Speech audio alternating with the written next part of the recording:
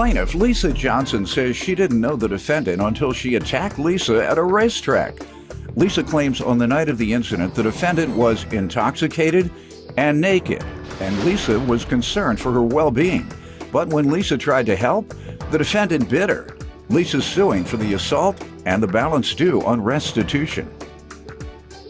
Defendant Amber Shoulders admits that she turned to alcohol as a result of her rough upbringing, but says she hit rock bottom and sobered up after the incident with Lisa. Although Amber admits that she bit Lisa, she insists she was not drunk and naked at the racetrack. All rise. This court is now in session. The Honorable Judge Greg Mathis presiding. You may now be seated. Start with you. Your Honor, I've never met Amber until this attack that night.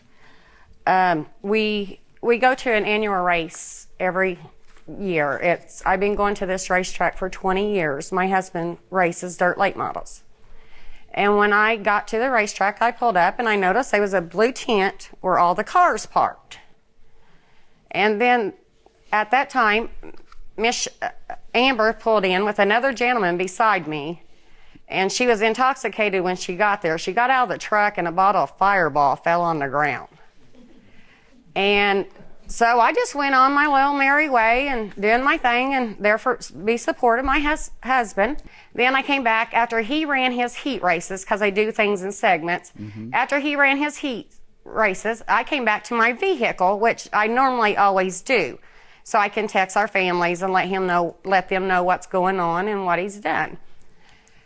Well, the first time I came back, I found Amber naked in the parking lot. Men lined up against this truck. She was intoxicated. She don't know what she was doing, I don't believe. I told the guys to get out of there. They're not going to do what I do. Totally nude, man. Totally nude, sir. So I ran the men off, and I told them, this ain't going to happen. I know what you're here. I know what you're doing. You're not going to do this to her. I don't care who it is. I'm not going to let someone do that to somebody. So I ran them off that time.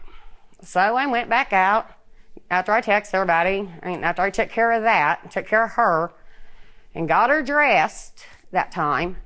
Then I got back out. I went back out in the grandstands to watch him come back out and race again. Well, when he got done doing that race, I went back out to my car, and there she is again. Nude again? Naked. Yes, sir. But this Were time men lined up again? No, they was coming out of the grandstands this time. The men? The men, yes. Headed her direction? Oh, yeah. Yes, sir. Yes, Your Honor. Yes, Your Honor. So what happened then? What did you see then? I ran them off again, and she was laying on the ground inside the tent, naked. Her pants was pulled down to her ankles at this time, and she started choking. Well, I tried to help her because she was choking, and I knew she was drunk, and so I was trying to help her get up and stuff, and when I did, she just reached up and took a big old bite out of my arm. And the only way of getting her loose was hitting her and knocking her off me. Let me hear from you, ma'am. Before I get to that, I would like to start with my backstory of what led up to all this. My whole childhood was bad. I was surrounded by alcoholic parents who were never there for me. And then my dad, decided to up and move us to a bad neighborhood where I was hanging out with a bunch of horrible people because, that's all that lived around there. They was drinking and all that stuff, so I was drinking. And then I finally got assaulted, and then I started drinking more to deal with that because I didn't know what to say to anybody about it. But later on, I got in a bad car wreck, and it took over a year to recover from that. So, and between the pain and my thoughts in my head, I just kept on drinking. I was spiraling out of control until the incident here, which led me to get sober. And I've been sober for 2.5 years. Ugh. So I gotta say, that's not true, sir. That's not true. It's not She's true? lying, no. I'm sorry. So are That No, ain't you true. said you didn't know the So woman. are you. I got said you text didn't know the messages. woman. I got text messages from her. She would not leave me alone. She's not sober. She hasn't been sober. Let's see it, please. Ma'am, you do come across a little shaky. I'll be honest. The way you're, I've seen drug addicts regularly. I didn't even hear drugs. I heard alcohol and out of control. But you just give me the impression, ma'am, that you got a couple of issues going on there. And this is what date, ma'am? I believe that's July 24th, I think, on that, marked, of this year. Yeah. She sent in CVS Pharmacy crying because they wouldn't give her a Yeah. stronger I drug couldn't deal. get what would help me. They keep giving me Norco, which does nothing for me. Percocet or regular Oxy Do I really? is all that helps. Pardon me, ma'am? Can't believe you. What'd you say? Okay. I'm sorry. So yeah, Keep it sounds going. like you're hooked on opioids. No, I got Well, that's what you're saying. I have You're a- saying you I said got a story for Norco, that. the anti-overdose drug, doesn't help you.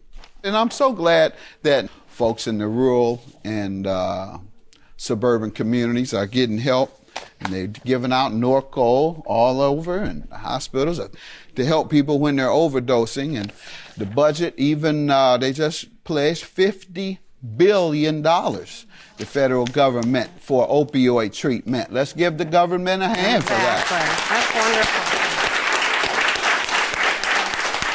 Yeah, I hope they've learned. Maybe they've learned from just standing by and watching when the crack addicts in the inner city destroyed themselves, and 2 generations destroyed themselves, and the government sat back and watched. So did the rest of society. But now that the opioid epidemic is sweeping the country and destroying the rural and suburban communities, we get $50 billion, and so I'm glad to see that. Maybe they learned from the old mistakes, because crack took out 2 generations of inner city folks. It took out those who were using it, and then it took out the children who were abandoned because of the crack use and who are underdeveloped because they are so-called crack babies. So glad we're seeing it. The Norco, you said doesn't do anything for you? Yeah, and that's because I was thrown out of my driver's side window of my car, landed 50 feet from the car, and my body was wrapped around a guardrail. I broke over 16 bones. I've had over 40 surgeries and still have to have more. So yes, I am in pain. You have anything you want to show me to indicate I wish I that? would have brought my medical records. Yeah, anything, yeah. Because I hear this from a lot of opioid I know. addicts. They give me these type of stories. And that's why I'm on heroin, because I was on Don't do that. pills and the pills didn't work anymore, so I went to heroin. I hear all that. Just like I hear the crackhead stories, I hear the dope fiend stories now. And by the way, those men who were doing all this and you lying naked, that all that happened? No. Absolutely none of it? No. This is all her creating it and imagining it? All right, go ahead, ma'am. you This like to woman see- isn't would making you all like to this see up. the She police isn't report? creating this. Huh? Would you like to see the police report? Yes, what does That that has describe? nothing to do That with it. tells her That's about your her being word. naked. All right. That's your word. And what happened with all this? You get restitution. That means she was found guilty or Yes, liable she was of found something? guilty for all of it. For everything you described? Yes, sir. And the bite? Yes, sir. That didn't happen either, did it? No, it happened. Okay. Oh, so it did? Yeah. Yet you told me a minute ago none of what she said happened, ma'am. Until she All- started telling you, she all was the telling stuff me, you about me said being none a of drug it. addict. Now, until she said she's going to start showing me reports, then you start admitting that it happened. Whatever. Yeah. Now, I know it's whatever. Whatever and whenever you're going to rehab. That's what whenever it is. When you going? Rehab, sir. Thank you. When you going? You want to go to rehab or not? She Do needs you to. want help with rehab or not? For what? Because you're a dope fiend. I am now, not do a you dope want, fiend. All right. Would you like to speak that's to a my doctor? classic dope fiend. Talk to Is my sit up doctor. here, and I'm not talking to your doctor. I'm talking about what she saw, you laying on the ground with men lined up, naked, being taken advantage of because you're nodding off the dope. Judgment for the plaintiff. Good luck to you. I can't help you until you want to get help. When you're ready to get help, come on back. Judgment for the plaintiff. I really do hope, Amber, you do get some help for your drug problem. You know as good as I do. You have a drug problem and you have an alcohol problem. No, I don't. That's your vision. No, it's the fact. You need help. And you know you need do. help. I need help? You need in a straitjacket. The way you twist everything around all the time. Is that why you bite One people second. and try to give them tests of HIV? Are you I'm kidding sorry, me? Are you but sorry? you were trying to You want to attack apologize me. to my daughter? That affected my daughter? Do you want to apologize to her? Yeah, just flip it like it's nothing to you. I went through everything for a year of testing Yeah, but- of that because you would not go get tested. That's not I fair. knew I was clean, and I told you that. If you would have went and got tested, I wouldn't have had to do it for I a had year. records. All you had to do was You ask didn't. for 'em. They asked you. You didn't give it.